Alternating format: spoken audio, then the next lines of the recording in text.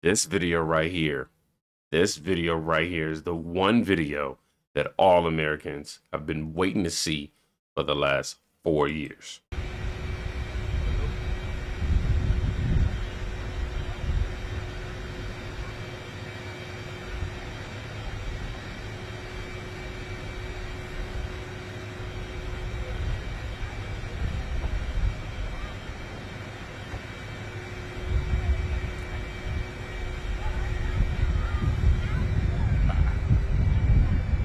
Oh my gosh, this is so beautiful.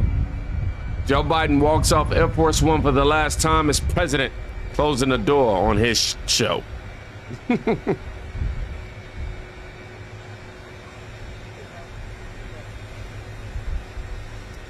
Yeah. Today is the day, everybody. Today is the day that Donald Trump is officially the president. I'm officially in Washington, D.C. You're probably seeing this video the very next day, though. It's almost 3 in the morning here. I'm in Washington, D.C. for the festivities. Definitely had to come in the hotel, get some videos knocked out for you guys. I cannot wait to get home to get you an updated video on my experience here in D.C. But yes, Joe Biden, we're saying bye, Biden. We're saying bye-bye. And we're saying hello to my guy right here. Somebody said real leadership is back. Oh, Jack Unheard, who actually posted this, was the guy who said that. Now it's time for cleanup. I certainly would have exorcisms done on all the planes, vehicles, and the White House. Somebody said the future looks so bright. Oh, we have Kamala right here, unemployed 2025. Oh, well, you got to actually take that song off now that we got your boy Snoop Dogg performing at the crypto ball. I'm just saying. But yeah, that's usual Kamala behavior right there. I was informed that the creator of this masterpiece was Hugh White Memes. Credit goes to them for sure, man. Definitely. And here I'm at the hotels. I don't really have the same means to get all of my information prepped in a description for you guys like I usually would have available. But right here, I couldn't wait for this. I was eating some hot Cheetos earlier. That's why y'all see my fingers all red. Anyhow, Colin Rugg posted CNN Scott Jennings explodes on his own colleagues for spreading the Biden mentalist sharp lie for 4 years. Yeah, y'all tried to spread that thing, man, and it backfired horribly at that debate, if you want to call it that.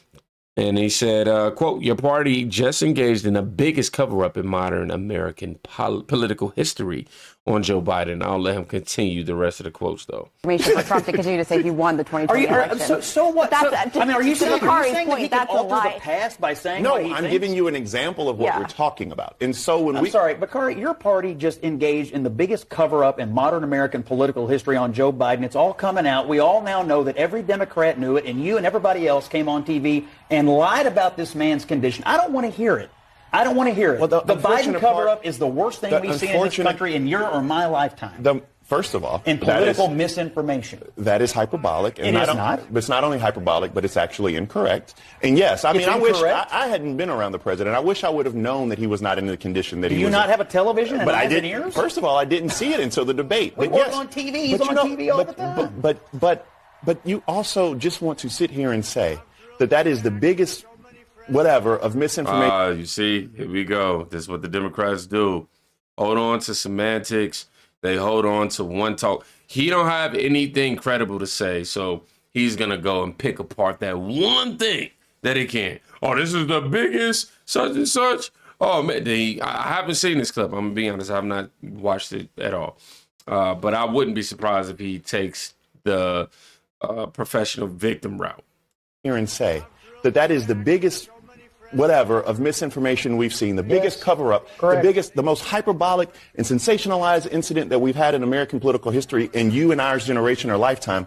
When you sat here on January 6th and did not believe that the person right there should be president of the United States or run again in his human lifetime. It was a terrible day.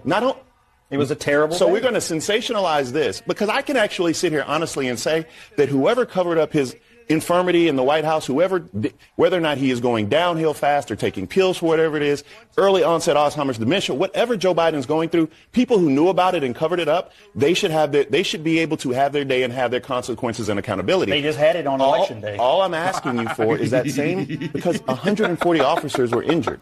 People were killed that day on January 6th. So for you to sit here and say that is the biggest cover-up, I would simply say that people saw with their own eyes people storming the Capitol, and that as well is an issue that this president is going to usher in and wipe away. Here's what I lived through. 4 years of Trump, then I lived through January 6th, then I lived through 4 years of Biden, and me and tens of millions of Americans processed all of it and went running back to Donald Trump, because you cannot put the same people back in charge who just ran the country off into the ditch. What you just said outside of the ditch part is actually a fact. But if you're going to sit here and minimize it, we'll get out of it tomorrow. That's fine, whatever. But if you're going to minimize January 6th, right? I'm not minimizing it, but I have to take it in with everything else I know. No, I'm saying back in we were talking about disinformation and misinformation, and you accused me and everybody else of a cover-up when you sat here and minimized January 6th. All I'm saying is, listen, I'm saying it happened. That's my bad. That's not the same thing. You see how you're trying to tie him into that? That's not the same thing. He's saying that you lied. You're saying that he won't agree with you. That's two different things. Oh, totally. Didn't mean to touch you, Scott. I don't want to go back. I don't want to go. You're doing it again. Let me tell the viewers something about these two. They actually really like each other, and then during the commercial break, they're chatting, they're talking about the football game. But I think that was a really important conversation, because obviously you have very I was different... a part of it. I mean, if Scott went here, it would have been better. Well, I'm going to wrap it up on that point. Bakari Sellers, Scott Jennings, thanks so much. Caitlin, back to you with the rally. Wrap that thing up quick. I bet. I feel like Scott Jennings wanted to say more about January 6th for sure, but had to withhold a lot of that back, given the platform that he's on. We all know what's going now. Somebody said it's all crashing down. Supplies will be able to lie anymore. Oh, let's keep going. What is this? Sellers, I haven't been around a president. I wish I would have known he was in the condition he was. Jennings, do you not have a television? He was roasted that man. He was. Somebody said we all know it. We know they knew it. It was a cover up. Definitely. They kept trying to make Donald Trump seem like, Joe Biden seem as if he was very strong.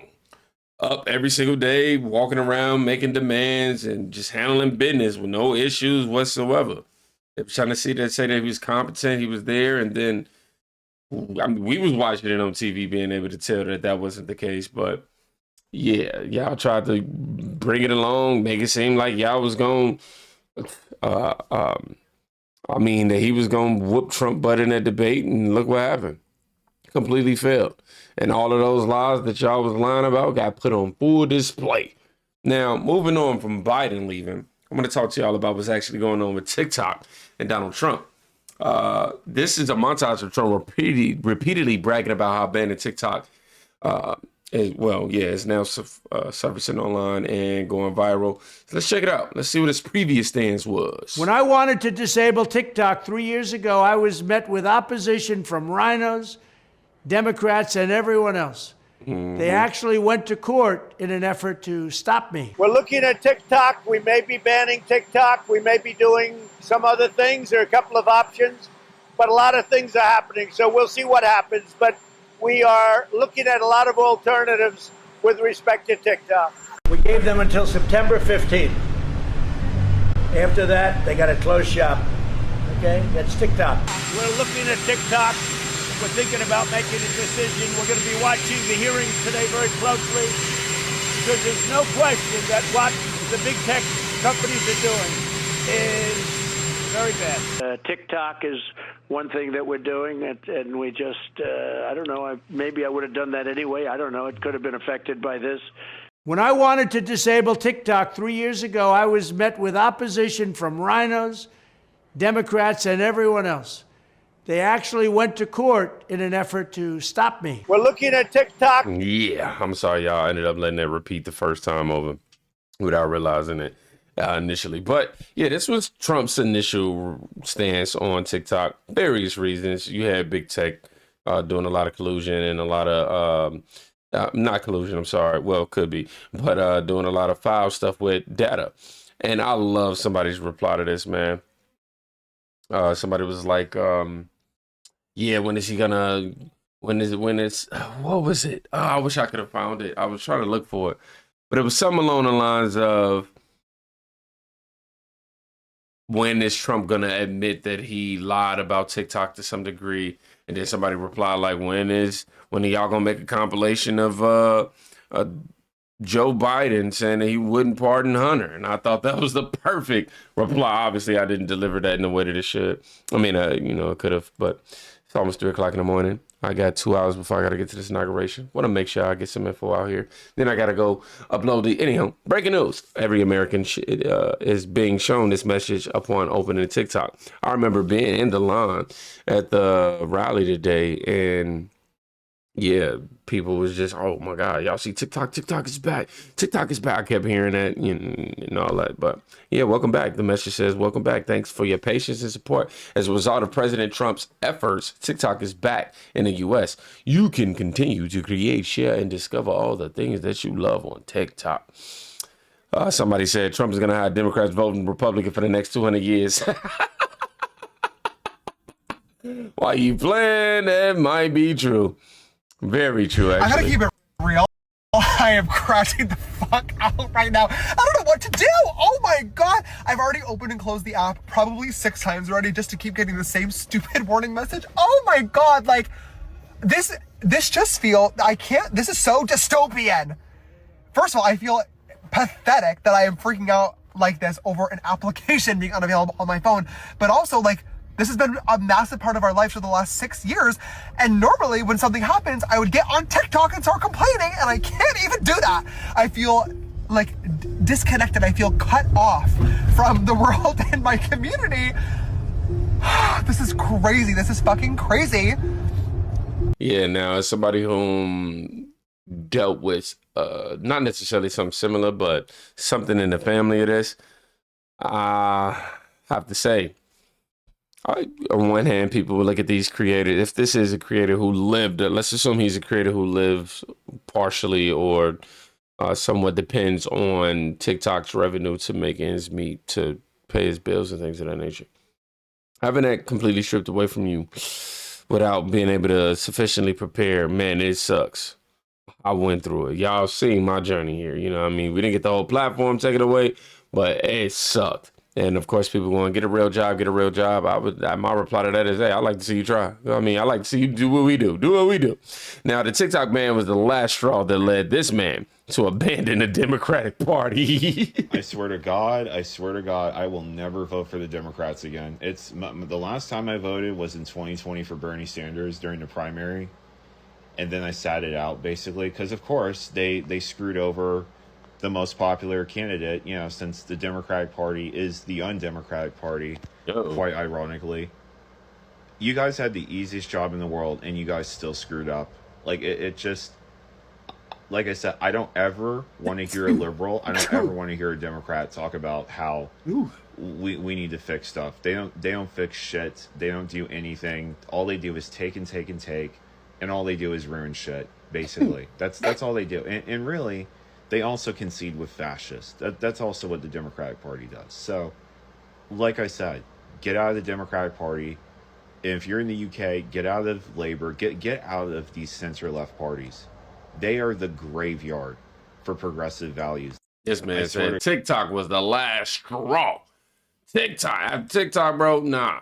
Y'all take TikTok away, I'm going straight to MAGA.